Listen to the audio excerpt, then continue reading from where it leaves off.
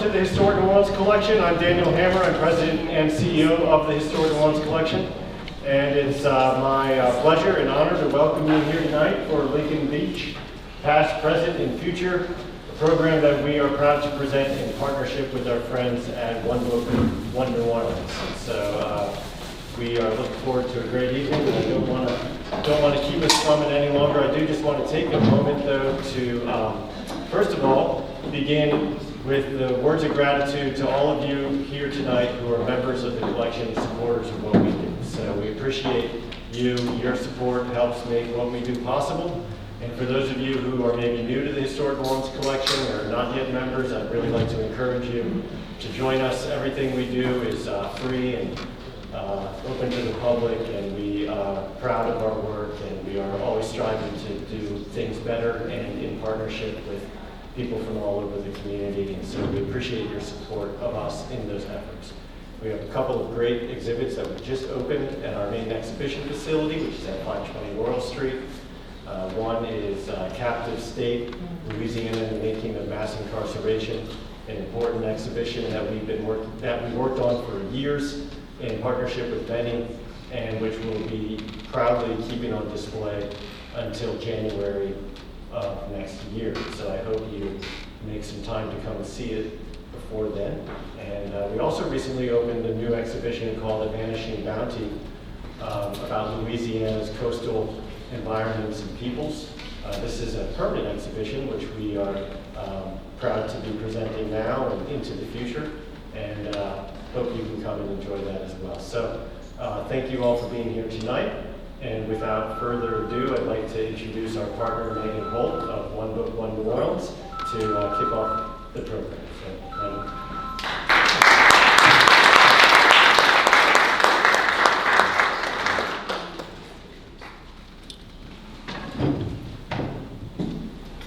Thank you so much for that. I am going to be as brief as possible. I'm Megan. I'm the Executive Director of One Book, One New Orleans. And before I really get into my introduction, I'd like to do thank yous at the beginning instead of at the end. This is being recorded tonight and broadcast for people in our community who can't be here due to being homebound. Thanks to Litwire. Sean Monroe, thank you so much, Sean.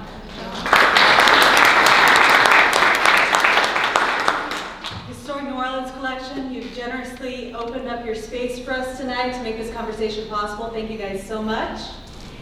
And even though she said she didn't want it, LaToya Taylor is the mastermind behind this. She's One Book, One New Orleans board chair. She did all the work, and she's currently still working at the book table selling books. LaToya, we couldn't have done it without you. Thank you. Thank you so much. So for those of you who are new to my organization, One Book, One New Orleans, I'll keep it brief, but I will be available after this to tell you every detail about what we do for as long as you want to listen to me. One Book, One New Orleans selects one book every year, and we encourage everyone in the city to read the same book at the same time, with the idea that we'll grow stronger as a city through a shared reading experience. But when we do that, we have to recognize that approximately 27%, which is a little more than 1 in 4, adult New Orleanians struggle with literacy every single day.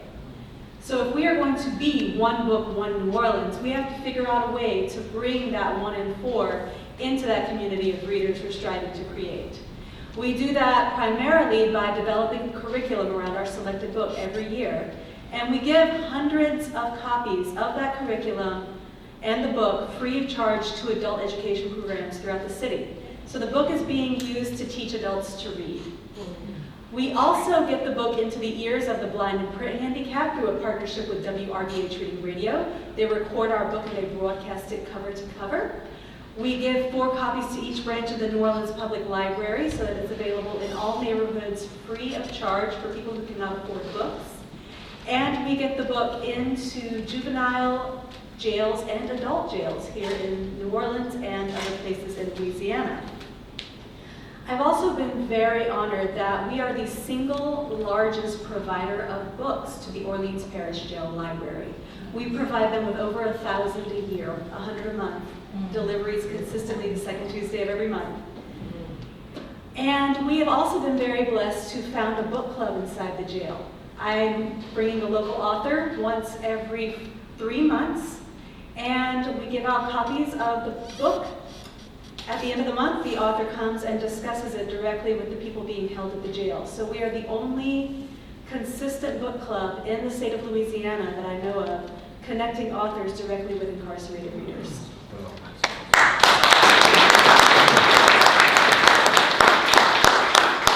And our January 2024 book club meeting was actually made possible by HMC.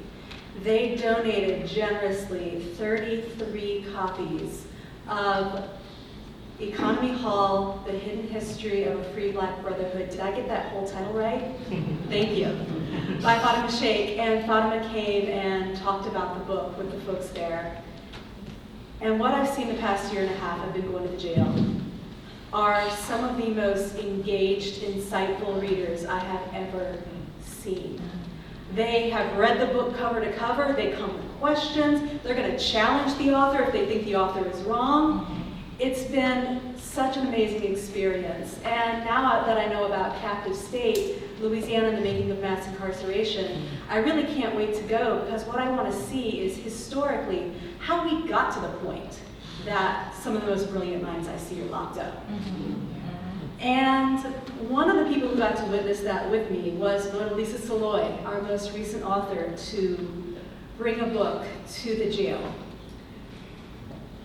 Mona Lisa's book, Black Creole Chronicles, is our 2024 selection to bring the community together around a shared reading experience through programs such as this one. And it's the book being used this year to teach adult learners to read. So, she's also, of course, the inspiration for tonight's event because she has a poem titled Lincoln Beach. So before I bring her up to share that poem with you all and serve as tonight's moderator, I'll tell you a little bit about Mona Lisa Saloy. She was the Louisiana Poet Laureate from 2021 to 2023. And y'all, if you look at the publication date of this book, it was 2023. She wrote a 200-page volume of poetry while Poet Laureate. Because, she didn't have enough to do traveling around the state bringing poetry to everybody. She is an author, folklorist, Louisiana Folk Life Commissioner, educator, and scholar of Creole culture in articles, documentaries, and poems about Black New Orleans before Katrina and after. She is currently the Conrad and Hilton Endowed Professor of English at Dillard University. She has 3 poetry books. Her first, Red Beans and Rice Lee Yours, won the T.S. Eliot Prize and the Penn Oakland Josephine Miles Award. Second Line Home, her second volume, celebrates New Orleans Creole culture. And Black Creole Chronicles is, of course, our 2024 selection. Mona Lisa Saloy, in it and all of her work, writes for those who can't or don't tell Black Creole cultural stories, including the one about Lincoln Beach. And without further ado, Mona Lisa Saloy and Lincoln Beach.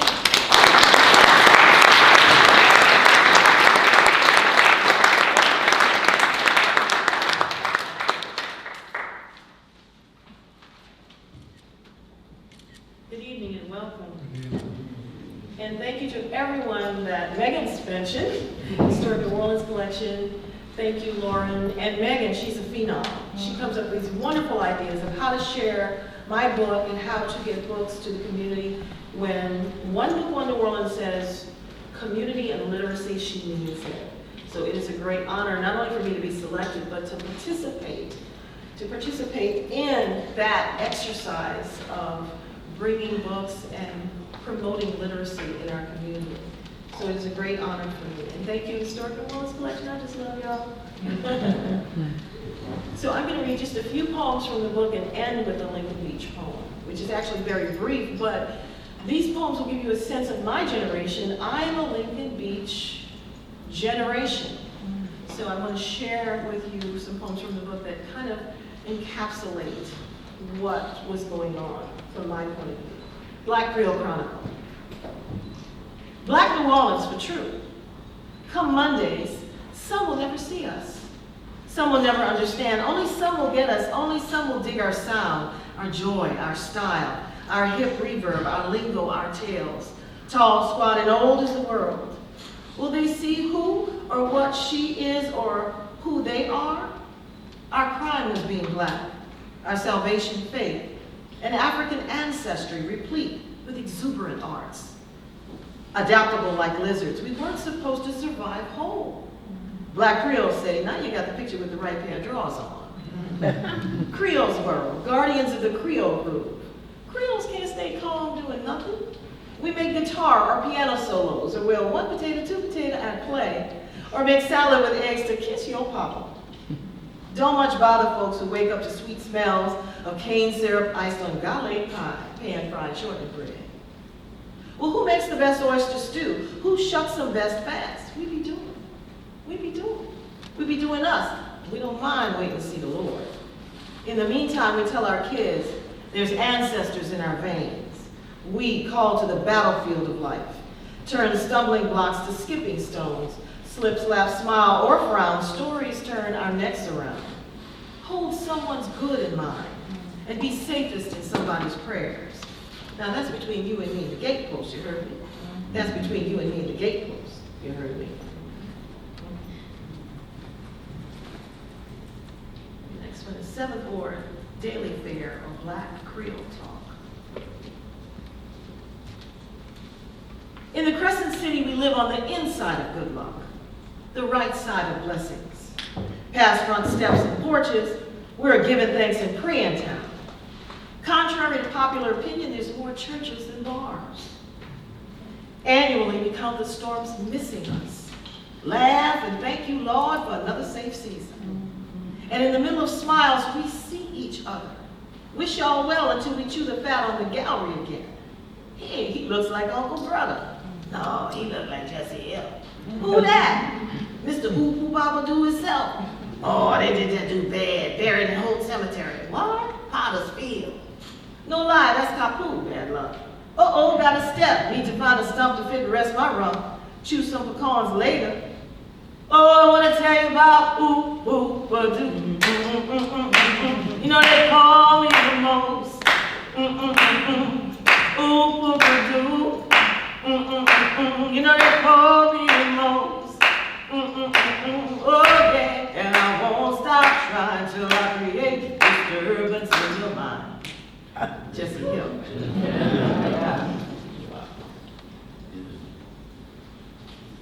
I was born and raised in the 7th Ward. Happily still live there. I still get potato salad across the fence. And this is called the 7th Ward. 7th Ward kisses the Mississippi where Esplanade begins and sachets her bottom at Lake Pontchartrain. 7th Ward is home to hucklebucks or snowballs on a hot summer day. 7th Ward is home to backyard parties of shucking oysters or sucking mud bugs. 7th Ward life is jazz, blues, rhythm and blues groups like Chocolate Milk. 7th Ward is home to Ruzanne Shotgun Builders and Wanda, who leads second line bands and graces stages of Jazz Fest. 7th Ward is home to Jelly Roll Morton, Sidney Bechet, original jazz men. 7th Ward is home to jazz drummer Joe, you talk too much, you worry me to Beth Jones. They say if you hear a 7th Ward drummer, he plays New Orleans. 7th Ward is home to Baquet Family Creole world-class Little Dizzy's Restaurant. 7th Ward is home to more churches than bars, from Beecher Memorial to Corpus Christi, St. Raymond's Gospel Choir, Rock of Ages Baptist United Fellowship, Full Gospel, and then some. 7th Ward is home to cooks, barbecue aromas that come with a taste across the fence. 7th Ward is home to neighborhood artisans, the Yellow Pocahontas Group, fanning beads and feathers of glory for over a century, parading just for us, for free. Or the Hardhead Hunters, their annual Chawa, Black Masking Indian Parade, chanting, dancing, greeting neighborhood masking men and us at Bullet Sports Bar or Hardin Park.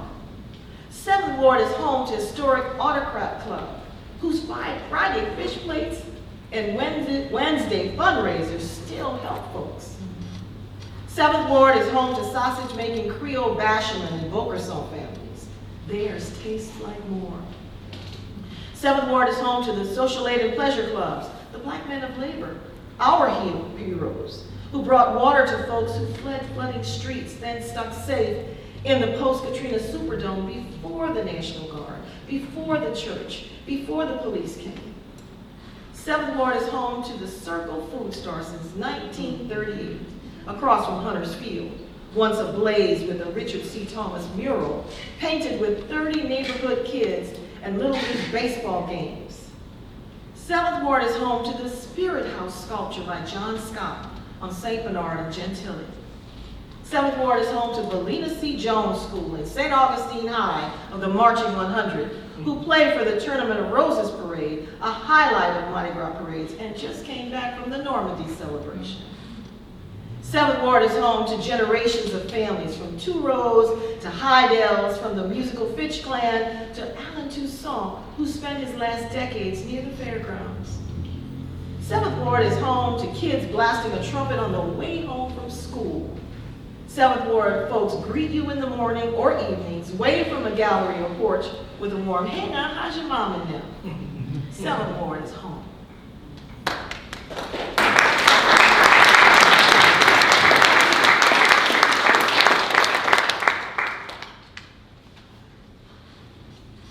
And this one, because it's a week before the anniversary of Katrina, this poem is called Weeks Ago, 2 weeks before Katrina, and I had the honor of caring for my father at the end of his life, but it gives you a sense of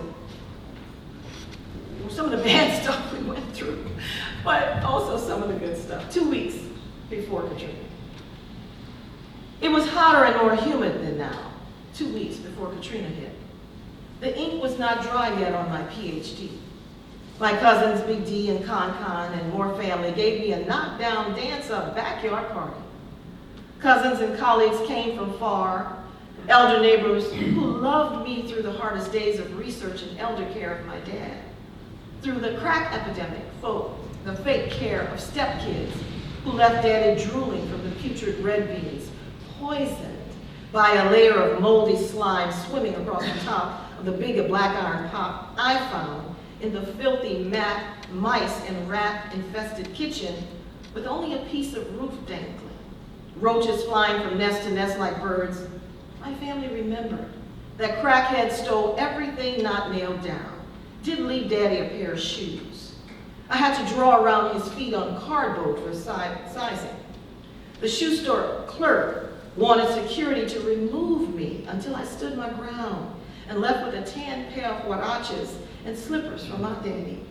Doctors thought daddy deaf and deteriorating from dementia, but he had just closed his ears and eyes, leaking to the disappointment he saw in his stepkids and transient men who took over his home, his life, with no hot running water, a broken toilet, the weeds growing through the bathroom floor from the dirt ground, 4 feet below the clawfoot cast iron tub, leaning through the broken floorboards, rotten from neglect. Took me 2 years in and out of court to get rid of those niggas. It was the filth and poor nutrition on top of that diminished this World War II Army sergeant, master carpenter, into a man who babbled, slobbered, who forgot who he knew, my daddy, who used to dance with my mother and shuck oysters at our backyard parties growing up. Had no idea what I walked into. Just rolled his 300-pound body in sheets to clean him and changed bed linens until the shower was installed. His first shower since his army days, he sang. He was happy again and came back to himself fully for years, returning to stand guard on the front porch and greet family and neighbors at what we call dope hopping, talking stuff about passersby. Even his doctors were shocked, but we all knew it was only God, and a lot of prayers. My new college colleagues, friends, and professors now friends, came and ate Buster's Clarines and Chef Drew's banana sauce to bread pudding with us, and danced the second line with us on Dual Street and AP Turo Avenue, laughing faces in tune to Levert's I'm a Joe Casanova. Me and Romeo ain't never been friends. Can't you see how much I really love you? Gonna say it to you time and time again. Oh, Casanova. They thought my family was celebrating my degree. My cousin Larry said this backyard bash took him back to our old parties, that everybody came for me, not for a wedding or a funeral. Baby, nobody got married and nobody died, Larry shouted. They came for me, for watching me love Daddy back to health, back to himself, back to our family, and yes, the PhD of family first, bringing us all together the way we were all raised. Only God, we said, only God. Well, cicadas rang through the evening, serenading the nights until stopped only days later by Hurricane Katrina fanned across the Gulf. That was our family's last time all together, with longtime elders Mush, our jazz crooner, the fishnet-making Leons, and the great gumbo Cerise no longer here. I told my family maybe I'll write a novel about those hard days of waking up to a strawberry, a crackhead whore, peering over my African beads on my dresser, and Daddy with no shoes. I'll change the names to protect the guilty. Well, it was hotter and more humid years ago, the last time our family was all together, when nobody died and no one got married. I'm a Joan Casanova. Me and Romeo ain't never been friends. Can't you see how much I really love you? Gonna say it to you time and time again. Oh, Casanova.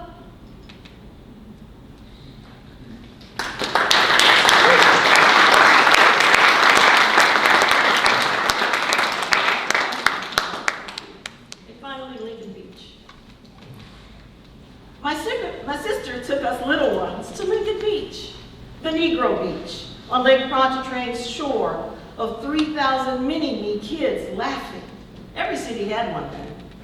Us catching the Galvez and the Franklin Avenue bus, next the Littlewood bus, connecting us to Haynes Boulevard and Lincoln Beach. Seemed like we went to another parish.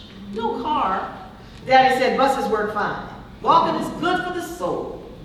He didn't want the debt or to become a chauffeur. Instead, he'd rather have family over on Sundays for backyard get-togethers, cracking oyster shells, for poor boys on French bed from Dixiana Bakery, or boiling crawfish, rupee red, cayenne pepper hot, like the sun beaming blindly in summers.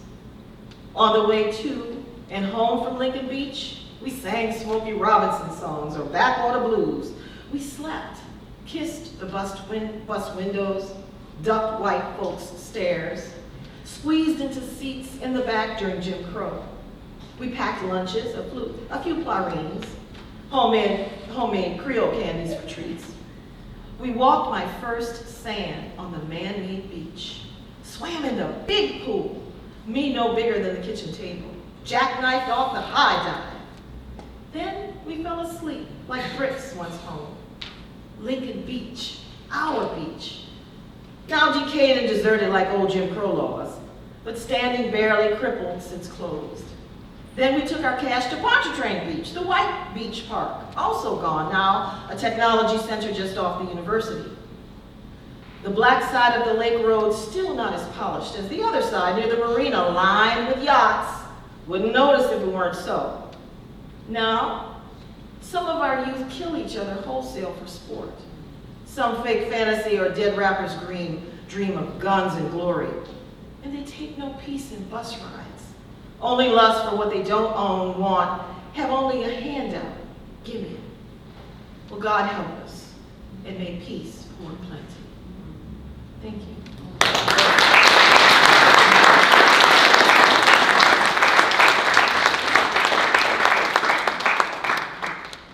And there are books for sale after.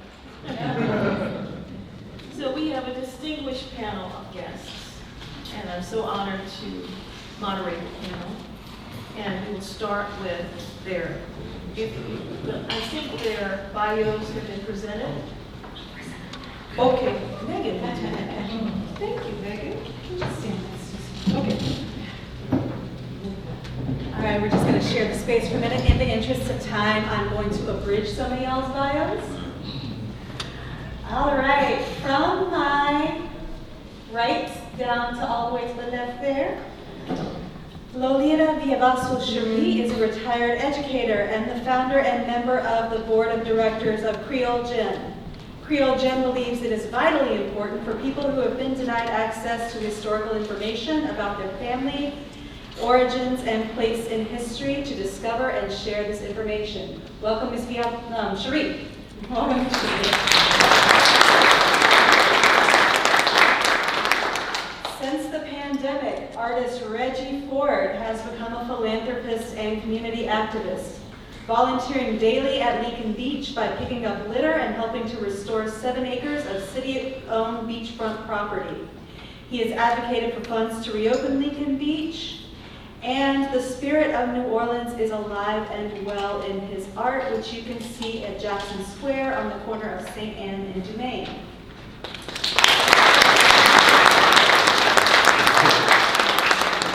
Next to him is Sage Michael Pellet, the New Orleans climate justice organizer at Healthy Gulf. He is a local and established community activist and organizer working to better the quality of life in his hometown of New Orleans. His commitment and leadership are shown through his advocacy to restore and reopen Lincoln Beach. And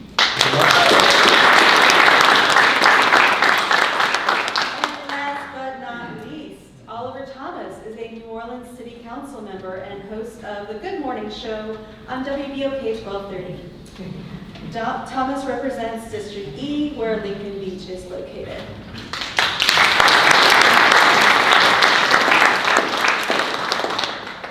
Let us begin. Question 1, and we'll start with Lolita Villavasso Cherrie. And you each can respond. Lincoln Beach was developed in the late 1930s in Little Woods. Please tell us about the origins of the site. Why was it developed? Who funded it? I haven't done this in a while, so bear with me. I do a lot of research, but I haven't spoken in front of a larger group. But anyway, here goes. It was 1939, and the origins of it started.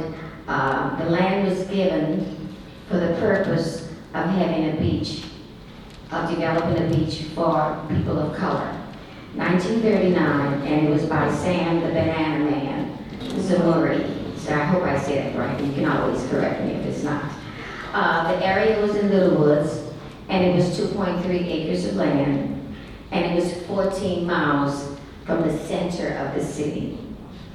Can I go on? Or Yes. Okay. Why was it developed? He developed it to keep blacks away, well, not him, but people did not want to, of course, if you were a person of color, you couldn't go to Pontchartrain Beach, which had been open since 1928. And in 1939, which was quite a few years later, he saw a need in order to have a beach for people of color because they had nowhere to go. It was extremely, extremely hot in the city. You know, New Orleans gets hot. We didn't have air conditioners. And what you generally had to use was a hose pipe in order to cool yourself off with your bathing suit. We remember, a lot of us remember those days. So what he did, he wanted an area further away wherein blacks can actually go in order to have a beach of their own. And he was a Jewish man who was very much into helping people of color in the city. What happened was that it was, so what they did, and since they couldn't go to Pontchartrain Beach, they would the normal thing would be for you to go to the lake, because that's where the water is, and that's where they would go. They would just migrate to the lake, away from Pontchartrain Beach, and they would just sit there and they would have picnics and they would go in the water. That was fine. And the city let them do that as long as they stayed away from Pontchartrain Beach. But what happened is that they claimed squatters' rights. They just went there and said, well, we need something and this is where we're going to stay. And they did, what happened is that they did allow them, the levee board allowed them to stay there for a few years. But then there was the neighborhood Improvement Association, which was, I think it was 7 of them, people who lived on the lakefront in the really nicer homes. And they went before the levee board and said, no, they've got to move, even though they're not bottling Pontchartrain Beach, they got to move away from Seabrook, which was not that far away. But they weren't disturbing or doing anything. They just wanted them to move because they were a little bit too close. They said they didn't like the looks of it, and it would affect their value of their property. So they protested it I'm sorry to before. interrupt, but thank you. Villavasso. We want to give Okay. everybody a chance to respond. And so 2.5 to 3 minutes max, please, for each response. Anyone want to address this? Yeah, testing, you want mine? Testing, in the late 30s and 40s, there was a lot of interesting things happening in the city. It's interesting that you would credit philanthropists and people with money for creating opportunity for blacks as far away from the city as possible, right? So as nice as that was, they still did not want the African American population lingering too close to the city's economic core, too close to what was developing white communities, especially during that time in history. There was an effort for new housing, new home ownership. As a matter of fact, Professor Saloy talked about the Seventh Ward, artisans and masons and free people of color lived in the Seventh Ward. And in the 30s, if you study New Orleans history, there's a council member who publicly said when the members of the Seventh Ward, especially, started to purchase homes so that the federal government, the homes still had outhouses, they didn't have roads to pass through. And this famous councilman said at a public meeting in the paper that those ends don't need any infrastructure. And they took that money and they created Lakeview. The infrastructure that supports one of the most affluent communities in the city was actually taken from an African American community in the late 30s and 40s. And a lot of this is important when you look at the context of why Lincoln Beach was important, it is important today. And the life expectancy between Lakeview and an African American neighborhood where they took the money from, the gap is 25 years. So just a little historical context there.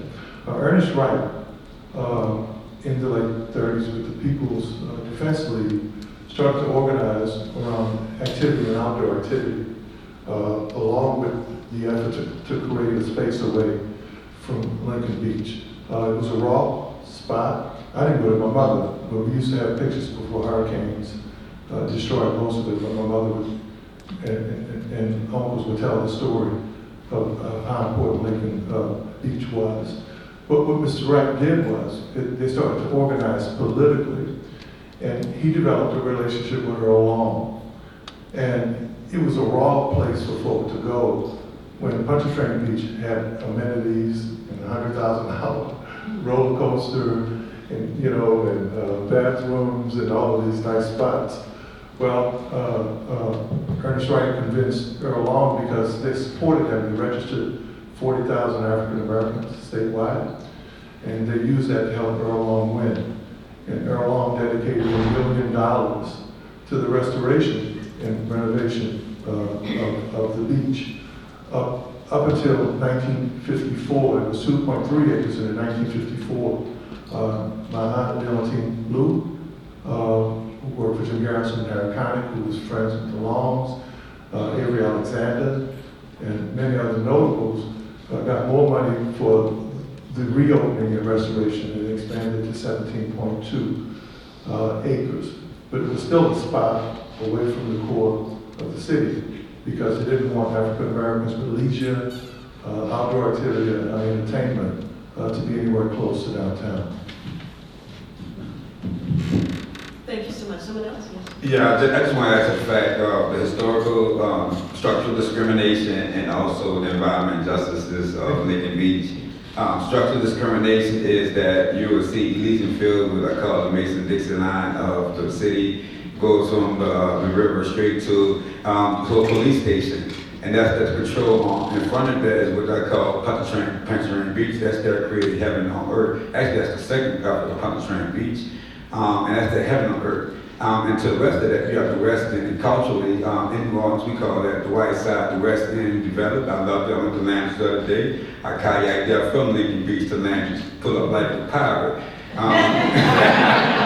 Yeah, and that's part of my work, connecting people with the water. Lincoln Beach was a place to connect people with water. And that's the thing about structural discrimination, is the fact that you use laws and government to move people away from water. When you have black people fought and died for the country, in every which way, we say that's importance, right? And then all they want to do is, like we said earlier, go to the water. And then so you have environmental justice as well. Lincoln Beach was far from everything. It was wild. It was wild. And you had, it was brand new marshland, right? And they zoned those camps down that way as well. You don't see those camps they celebrate on the lakefront down on the west end at all. You see those camps that they used to celebrate on the west end, down on the east end around the black communities. And so you have that as well. Those camps put out raw sewage into the Lake Pontchartrain as well. And so you have that environmental justice is visible, but the effects are not. Structural discrimination may be invisible, but it's right in your face.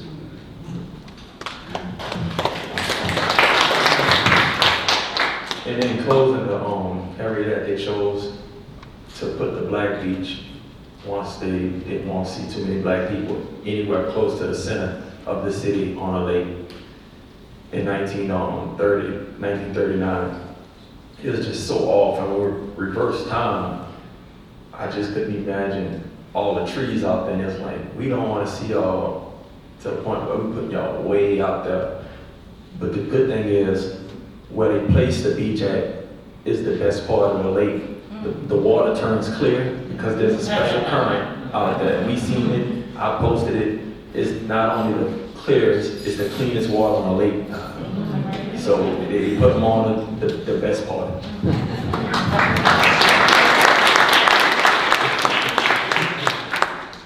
right, another question. Thank you all, that was great. All right, so some things we want to know. What did it look like since it's been closed to the public? How is it being used before it was secured? And now that there's security in place, how are people using the beach today? Keep it to my 2 minutes. Three. Okay. So I guess I'll kind of do the brief and Reggie on that. So in 2000, when I just going through COVID, going through a lot of injustices around the country against black people, in my own city, I didn't see Black Lives Matter. I'm born and raised in New Orleans. The images of black men and black people in New Orleans were not positive. I myself went through a lot of abuse against the police system. I've been through that, against gun violence in my system. But I was raised very well with my mom and dad. My mom was at the Lafitte Guest House over here working, cleaning up behind people. I lived in the Lafitte Project. I grew up well educated. I lived for Phyllis Wheat. I went to McMahon. So I was raised well with my mom and dad. But they taught me to live life simple. And I saw one thing that was simple in my life that I was discovering back in the oral history. A place called Lincoln Beach that was hidden, that was neglected. And I saw that was a crime for me. And I saw there was too much that was going on in our city that this could solve so many solutions for. When Omar Arbery was killed and we ran on 4-point-something miles with black men run, I said, this is why I'm gonna take a stand. This is why I'm gonna take a protest. Now I've done a lot in my past. You can go on with that. I could get real heated. But I learned that let's get into some good trouble.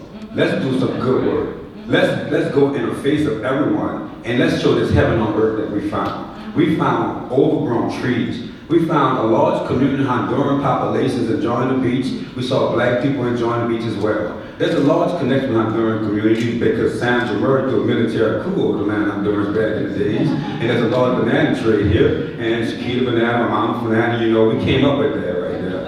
And so we enjoyed the Honduran population out there, a lot of Central Americans, which is great. And they had vendors out there. We enjoyed a lot of the black population. It was called to people for healing, for mental healing.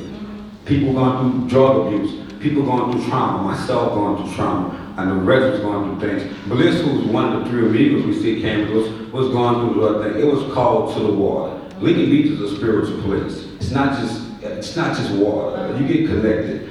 And my main thing right now with Lincoln Beach is making it simple, keeping it simple, making an example for our community, taking those scriptures that I learned in church at 2019 Orleans Avenue at 6 Union Baptist Church, and living the Word of God, and letting that be my heaven on earth. And that's my ministry. I gave it all up, y'all. I was a ball before for 30 years. I stopped doing that, and I gave it all up to take care of Lincoln Beach and reinvent myself. Like a Levite priest, I know they're going to take care of me, and God provided. And I know that I make a true example and do the work and righteous work of God and do connect with community, connect with people, and show it simple, one bag at a time. Connect with community. It's your money, it's your government. Let's work together for it. And we have everything we need in the community, and we just ask for it and organize around it. And one thing we did, we showed the world what it was and what they said it was. That's the true thing we did. We showed what it was, not what they said it was. Thank you. All right.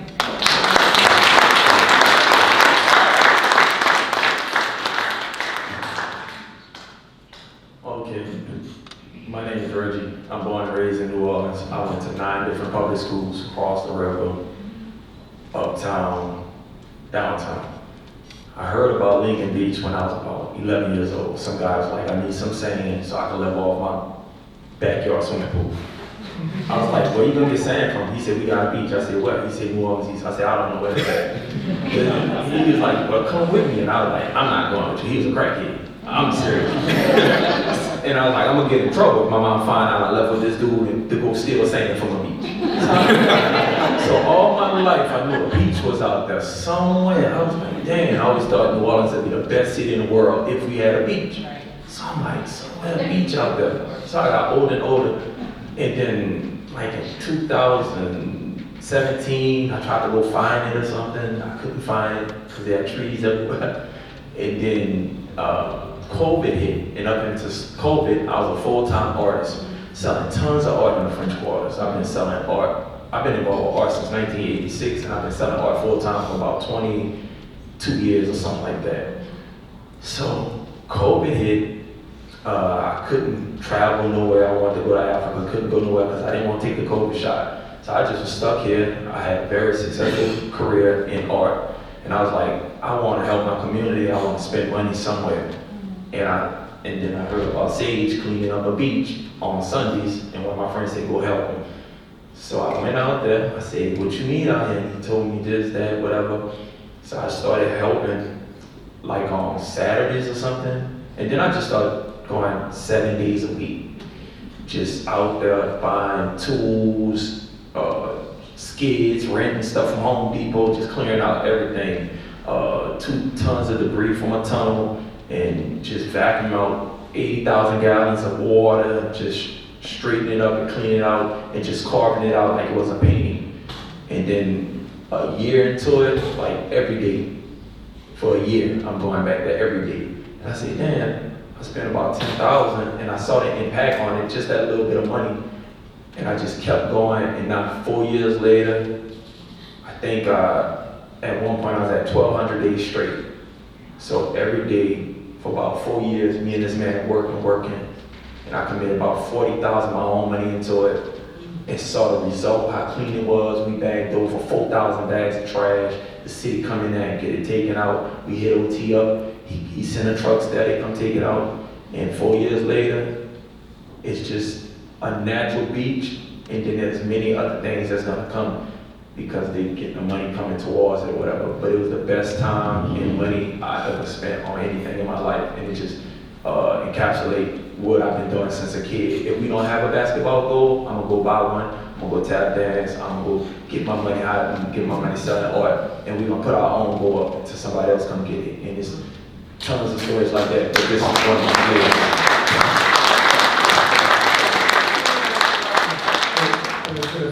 As far as where we are now, these 2 young men in Bliss found their purpose in rediscovering a place that had historical significance, family, and the spirit of our ancestors there. So in terms of where we are now, had they not staked that claim, then we wouldn't be here now to talk about the relevance of it. But before Honduran and Hispanic community started going there, African-American families from the Ninth Ward and from the East continued to go there. They would cross those tracks, and they would lay out their blankets, and have their picnics, and kind of go back and reminisce of the days before and after 1964, when it was closed. So nothing against our Black brothers and sisters, but my cousins and my uncles and our ancestors never stopped using it, but the place was in disrepair. When you talk about what happened in between, and it's always interesting to me, to folk to talk about nature, and they say they love nature, right? But I just love Africa, and one of the issues with nature is that if you don't have a place that's sanitary, if you don't have a place where people can use the bathroom, and people use the bathroom without utilities, in the last several years at Reggie Beach, E. coli, disease. It gets into the sand, it gets into the water. So when you talk about it's closing right now, I don't think any place that God created should ever be closed, but if you're trying to protect it, it's important now that it be renovated and restored to a space where folk don't have to go to the bathroom in the water, behind a tree, a poison God's earth, because it should be better. And I would hope that we would have a level of discipline and respect God's good earth to know that until its public utilities are there, that talk to the folk in East Africa right now. And they'll tell you about people using the bathroom in the Indian Ocean or along the beach. And cumulatively, the effect that it has over time. So hopefully, but when you talk about water, if you know the history of Black folk and indigenous folk, they settled by the water. Why? Because that's where the high ground was. And unless the bank of the river overflowed, you were in a safe space because the water went down to the core. If you look at the history of the Mississippi River, go look at those little towns and see who occupied those towns. African Americans all the way up to northern Louisiana, indigenous community. It was when how the relationship started with Native Americans along those encampments in the little towns of Black Pearl. Upper Nine, they say it's Bywater now. Well, the whole city was Bywater, I always thought. But it's Bywater, Nine, Upper Nine, the Lower Nine. 61% home ownership African American community that I come from. Bayou Avenue, when I was a kid, was back on Florida Avenue, and now it's St. Coast at Bayou Avenue. But it was a place where people hunt, where they settled, where they had farms, where they did their agriculture. So the history of Black folk and indigenous folk was always along the river until the river was discovered as an economic engine, and those people were moved from the river and the water.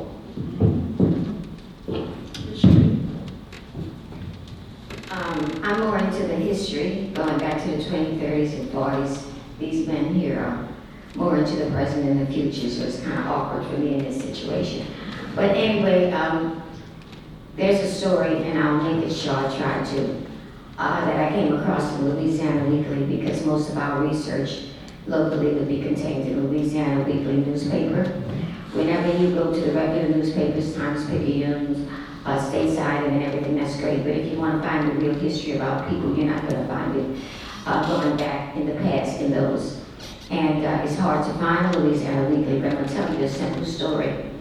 I look at the hardship, especially what kids had to go through in the 20s, 30s, and 40s in order. They did not know how to swim because they didn't have pools. There was nobody to teach them. There was one pool in the whole city for kids, 180,000 kids before 1947. And that tells you a lot. So there they are, they can't go to Pontchartrain Beach. So they go right there next to a Seabrook.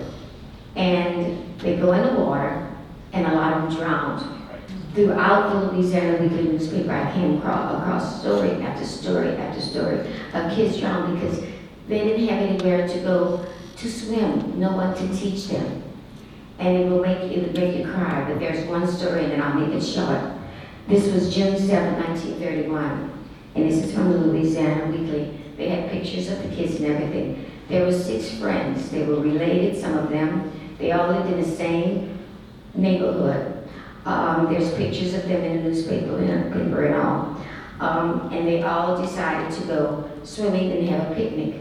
And in between the ages of, most of them were teenagers, they went out to the beach, Seabrook, further down, a little bit further down than where everyone else was. And they set up a picnic area, and they decided to go in the water. They could not swim. So what they did is they got into the water up to their knees, no further, because they knew they couldn't do anything beyond that. And suddenly at 3 o'clock, they were sucked down because of and they all died, all 6 of them, in the same neighborhood, okay? And they lived in St. Peter Claver's Parish, if you know where that is, all of them. And it's kind of hard for me to tell this story, but it was a sinkhole, because what had happened on the Pontchartrain Beach area, where the lakefront was, they had to keep the houses from flooding, they had built a seawall. And what happened is that children who could not swim, the further away from that seawall you are, you can get sucked underneath that seawall. All 6 of them were sucked underneath the seawall. And it was 3 o'clock in the evening. What they did, they decided to go into the water, holding hands, and just feel the water and have a good time. And they all six were sucked under the seawall, and they died. And there was 2 sisters, Alma and Elva Gagne. They found their bodies and their hands were clasped together. There was Nettie Bennett. She was the first one that they found when they found the bodies the next day. There was Roy and Lucille Dublé, and it was George LeBeau and George LeBeau, and he was engaged to Alma. Okay, so they were all relatives. What it was is that Alma and Elva were found with their hands clasped together. Okay, Nettie Bennett was the first one they found. Roy and Lucille Dublé were engaged to be married. George LeBeau and Alva were engaged to be married also. George LeBeau had saved the money in order to marry his sweetheart. So what his mother did, she took the money and she bought a plot in St. Louis number 3 off of Cleveland. And she buried him, his fiancée, and his fiancée's sister in the grave together. And it was exposed in the Louisiana Weekly when that happened, because it really started an outcry from the community as to why these 6 children all together had to die. And there's many stories like that. So it just brings it all home, you know. Thank you so much. Raymond LaPlante, who lived on North Claiborne and flood, was sucked under the wall. Family friend, footnote, you can Google it. The other thing about the beach was that it's just not important in terms of the historical site. The effort right now to reclaim it is part of an effort around the country. Bruce Beach in Manhattan, California, we see what's happening there. So, hopefully that this effort, some of the work that these 2 young men in Bliss did, we'll begin to see more African American historical sites where we not only reclaim it, but we see investment in it. So it's important, I think, this movement now, and it's part of an effort that I hope spreads throughout the country. Thank you for that transition, and that takes us to the last set of questions. We could be here all day because there's so much to talk about. But you've all seen the specific plans for the redevelopment. So what do you think? Are there rides? Is there a pool? What are the amenities? What about the architectural design? Do you think that's appropriate? Why are there no pools on the ground? Why is there no elevated pool? Will there be concessions? Will there be rides? What do you think about the plans that have been put forward? And what plans do you think should be instituted in the new development with the monies that are put forward for the future of Lincoln Beach? Okay, I'll start with that. That's my favorite part. We're gonna start with the basics. There's an area for a 10-acre parking lot. I think they're gonna need a sufficient amount of parking because a lot of people are gonna come to this beach. Back when it was open, only black people could come to it. Not everybody could come to it. Black, white, and now we're a tourist-driven city, so tourists won't come to it. Matter of fact, before it was shut down, probably about a month ago, the 4 years we was cleaning up, we had people from New York that was coming to the beach, catching $45 Uber rides to come to the beach. So, and this happened often, people from all over. So I think we're gonna need as much parking as possible to generate the money to keep it going. And that's moving forward. As far as the plans, it's just concept drawings. I like all the concept drawings and things that are being proposed. The only thing I thought was weird, people was asking for it, was a swimming pool in the parking lot. I think you come into a parking lot to park, probably get a snack, some memorabilia, and then you get your butt over the seawall to the beach. You're not coming to a parking lot to swim in the swimming pool, whether indoor or outdoors, and then go to the beach later. So I like everything that's going on with the design team. That was real nice. I just want to say that this is a community-based process, this Lincoln Beach project. It's a project that's moving different than many other projects that you've ever seen in the city of New Orleans. That's part of the revolution. Thank you for Mayor Cantrell. I speak with her early on in the project. Speaking with Oliver Thmas, first of all, in WBOK show prior to his election.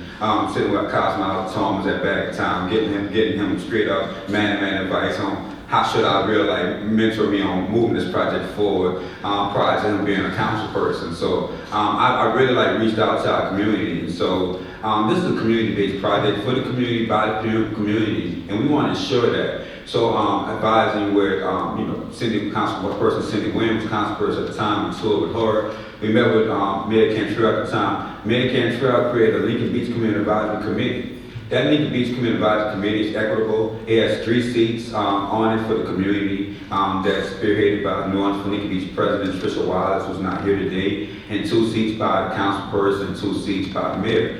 And that's instrumental in the process. That Lincoln Beach Community Advisory Committee also, with other partners, created a community vision. And so what Lincoln Beach is going to be, early on in the process, before anything started, the community itself created a vision, created a community vision report. And thank you for working with the city and working with the city lead, advocating for more funding and things like that. That community vision report is adopted into the contract for the master plan contractor. And so there was a master plan open process for the selection of that. Society Associates is a master plan contractor, and they've been having public milestone meetings. We've been at launches, and we've been involved in the process.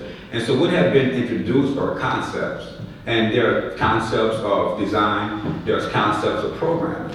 And so this will be a community-based process. There's been surveys, online surveys, the survey closed. And so this is what it will be what the community said it will be at the end of the day. That's what it would be. Thank you. Yeah, I think that a lot of that is to be determined. I want to deal with something the young lady said. I'm not like a real historian, but I am, right? I read a lot. And in the 30s and 40s, late 30s and 40s, 50s, Louisiana Weekly used to advertise the Copper House for moonlight nighting. Louisiana Weekly used to do ads to advertise Lincoln Beach for couples, for a walk along the beach. So when you read the history of it, and I may not have been around in the 30s and 40s, wasn't even thought of it then, but the history of it says the Weekly, Louisiana Weekly, as the African-American paper, played a vital role in how the beach was portrayed. There were places for people to dine, and they specifically went at families and couples, moonlight walks, moonlight dining, and that's how they used to put it. in their articles. So if you're interested in kind of researching it, reading the history of that, my mother always thought, you know, I'm a night walker. Boy, you know, like for real, right? I don't have to guess about that neighborhood from Bayou Avenue all the way to Lincoln Beach. That's where my people settled. That's where we're from. That's where we died, right? And hopefully now that's where we live. But the history of this relationship with Louisiana was extremely important because they helped advertise it as a place to go for families to start, specifically moonlight. They would say couples moonlight walks on the beach, moonlight dining at the Carver House Theater. So it was a specific use that the black people saw in terms of unification of couples, families, and our relationship to the water. To be continued. I think these young men have started a real robust community process where the community is involved. The number one thing I tell folk, you know, I've been in politics a while. I had a 14-year vacation, right? You know, I'm back now. And the most important thing for me is for it to get done. And I've seen so many concepts and things get caught up in petty fights, the fights about who's in charge or who's on first. And I can tell you about hundreds of millions of dollars of projects that never got done because the community never settled on something. And I just pray that that doesn't happen with this location, because think about it, right? A 2.3 acre site that expanded in 1954 with my aunt and Reverend Alexander and other notables to 17 acres.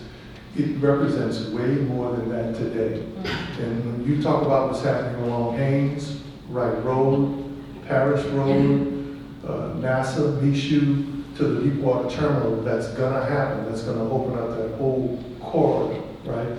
To now, the effort that SAGE is involved with in this movement of living with water. Ecotourism and how we survive with water is the resilience and sustainable movement of our time. There are other countries that are third and second world countries who are ahead of us, but at some point it's necessary because nature is dictating it, right? So we're going to have to be able to rediscover and go back to water, which is what people don't understand in this city. If you look at the history of water, if you go to study at Bern University, Tokyo, and those places that have gotten it right, we have fought against the water.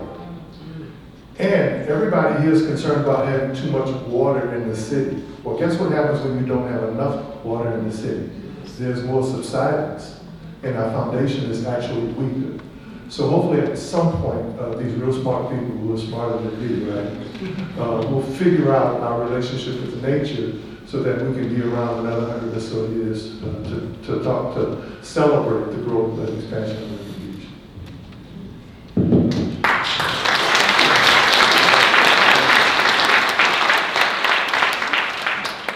I just want to add some comments, mainly because I'm of that generation. And for those of you who don't know, just as Ms. Cherrie shared the horrible tragedy of those children from the 6th ward, black people came from all over the city to go to Lincoln Beach, and the 7th ward, and the 8th ward. But the Mighty Nine, the 9th ward, was the largest neighborhood of black homeowners in the country before Hurricane Katrina. So there was a stable influx of families there all the time. And so we are all invested in that. But personally, we need some rides, we need a Ferris wheel, we need pools on the ground, and we need bathrooms, and I pray to God that we develop this sensibly and welcome the community into it, but not have a raised pool like it's unattainable, really? Anyway, sorry. She's talking about the 9th ward. I'll try to remember, and I know Professor Saloy can appreciate this. I wrote a poem when I was 13 years old called 9 Ward Boys. And I'll see if I think I can remember it. I'm alive even though I've roamed through time without a home. Always wondering why 9 Ward Boys don't have a place to call their own. We're surrounded by the 4 walls of despair and they found us all around. The 9 Ward Boys, we're different, we wear heartfelt frowns. But they say Pastures Arena on the other side, but 9-Wall boys can't reach those pastures or go downtown because they made the river too wide. They say things are getting better, but it seems like we're just still in this 9-Wall rage. They say things are getting better, but why 9-Wall boys gotta be sophisticated slaves? But we lay the blame on no one and won't accept their dismal destiny because we know that God wants the same thing for 9-Wall boys that he wants for you and me, 9-Wall boys. Any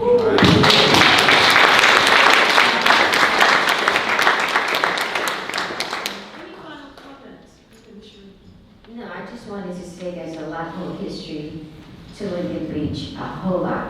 You know, I could go on forever. But I don't know much about the future, these men do. But the dedication happened in 1954.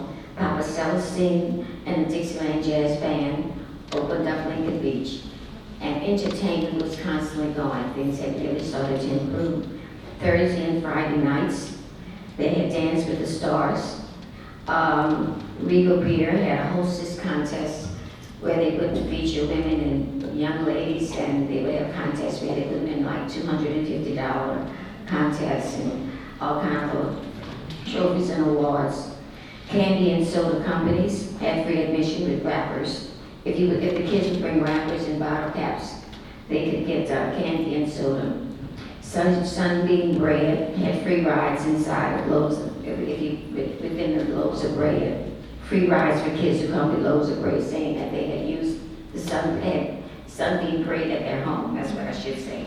Kaiser Lumen gave free rides, talent shows. Miss Lincoln Beach, another bathing suit contest where they would have a Miss Lincoln Beach once a year. Nat King Cole performed there. Ray Charles. Ink Spots. Sam Cooke. This was in the 50s. Fats Domino, Neville Brothers, Irma Thomas, and they all performed there. My cousin Ernest English was one of the alternates with the Ink Spots. Guess where he was from? Flood, 9-Wall.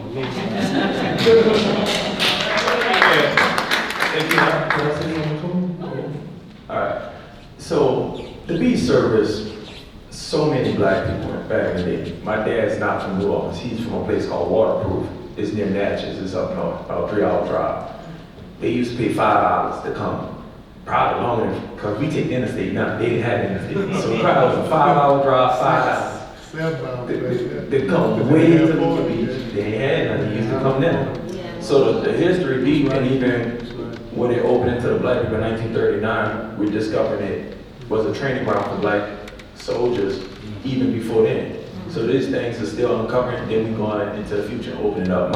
My only personal thing I would like to see at Lincoln Beach, definitely a Ferris wheel, so you can see it on the horizon, riding towards it or something like that.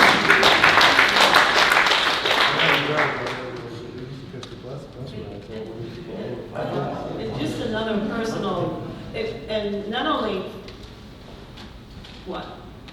Miss Lincoln Beach and those kinds of things, but there were water shows. There were races. I had at least 2 medals from winning races. I was a swimmer. But all the pools, we all had teams, regulation sports, supervised play, and all those teams came and celebrated at Lincoln Beach. So all the teams from all the city, it was a huge pool. And everybody who was good got to show off, dive, share their skills. It was a wonderful thing. And we never wanted for lifeguards because people loved swimming, loved the water, and you had a whole cadre of protection and people who respected water and knew what not to do. So that's why we need to bring it back. I'm sorry, go ahead. But we need to be thankful for what Lincoln Beach became. Because when you read the history, and like I said, this is just a little bit of it, look at the generations of people in the 10s and the 20s and the 30s and 40s didn't have the opportunity that we had in the 50s. And that's the ones I really feel for. It's too bad that they didn't have equality that they should have had, that everyone deserves. And they never got the opportunity to see what we were able to experience through places like Lincoln Beach.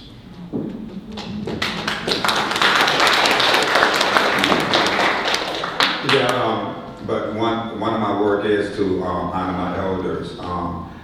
Lincoln Beach is working on a quick open plan.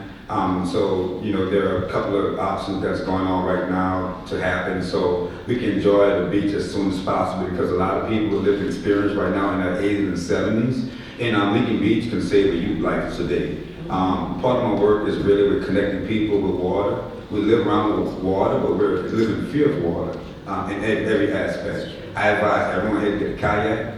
That's it. I rode my kayak in Lincoln Beach. It's stacked by South Shore Harbor right now, and I even rode it down my street when it floods sometimes. So we pushing y'all. But as well, Lincoln Beach is now thankful for the work of Mia Kaplan, who's a Tulane graduate. Lincoln Beach is now registered historical register. Clap your hands for that. It's registered historical. When we arrived at Lincoln Beach, we lived in a historical city, but I did not recognize a lot of things historical that was for black people. I recognized a lot of things marked for black historical was marked during slavery. And I think that we have contributed to this country and to this city more than that. So Lincoln Beach did not have a sign at all, nowhere. I mean, New Orleans East barely have a sign anywhere. And New Orleans East is a place I love and adore. New Orleans East was the place where black people said, we're moving on up to New Orleans East. Even have an apartment at Frenchman's Wharf was moving on up. And I live across from it now that dilapidated because of disaster capitalism. After that disaster capitalism, I found Lincoln Beach abandoned. It did not have a sign. We collected cans. We printed signs. I made a determination, we're gonna write history. We're gonna make the signs. On that sign, you'll see it on Google Maps right now. Historical Lincoln Beach. You write your history. We didn't wait on nobody. We didn't ask permission. And now that it's officially historical, I could really rest easy and know that I have my mom, my dad. Thank you.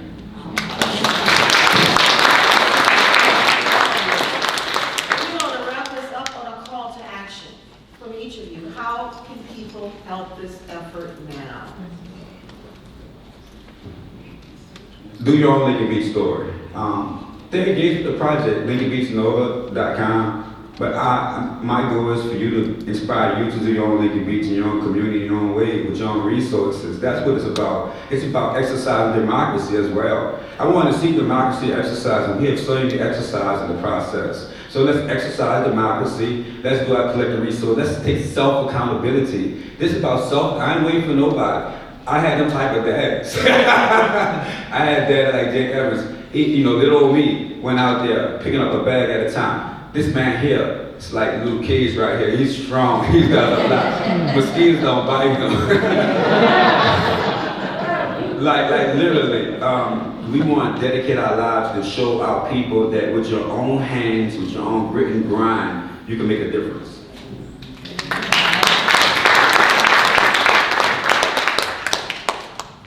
New Orleans East, 7,000 acres of developable business park, 27 subdivisions of the highest African American earners in any municipal district in the state, 9.5 miles of waterway, 5 of those 9.5 miles of beachfront, 2 of the busiest waterways in North America, the coastal and the industrial, access to interstate and railway from Jacksonville to Santa Monica, the largest wildlife refuge in North America, 340 different bird species. New Orleans East matters. So how now we lead in the city in crime reduction in most violent crime categories, even though the stereotype wasn't fair. If the largest African, if New Orleans East with the part of District D that's part of it stood alone, it would be the 8th largest city in the state. Y'all can help us by reminding investors and historians and the business community of those assets. Lincoln Beach isn't the only asset. The people are the asset. And as someone whose family, we can talk about family and history, although that's where I'm from. My family never could afford to take us on a vacation. My father and mother never went on a vacation as a kid. Never went out the state. Couldn't afford it. But you know what a vacation was? Get in a car, go go back to Florida Avenue, go over the Blue Bridge, if it was open, go to Almanasta, catch the bridge on Almanasta, weave around the tracks, go to Old Gentilly Road to visit our families who had moved up and out to New Orleans East. That was our vacation. Y'all want to help us? Continue to remind our business community and our investors that New Orleans East matters. No other place has the assets, plus Lincoln Beach.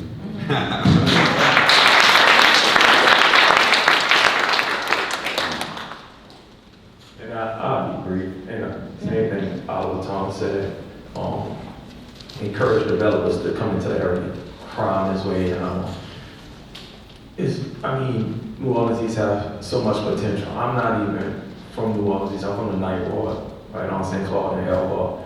But I went out there, and it's so beautiful out there. I even invested myself by buying 6 lots on Hain a month ago.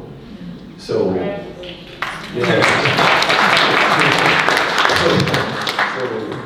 Smart move. I'm very calculated. Smart move. Real good. Tell investors come out there, man. It's gonna be major. That's right. That's right. Good move.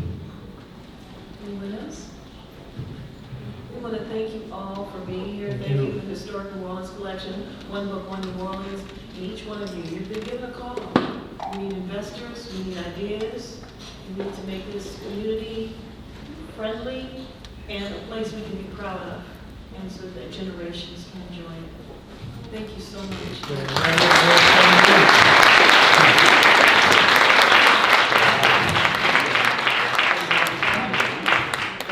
Dr. Saloy is not going to say it for herself, so I just want to thank you.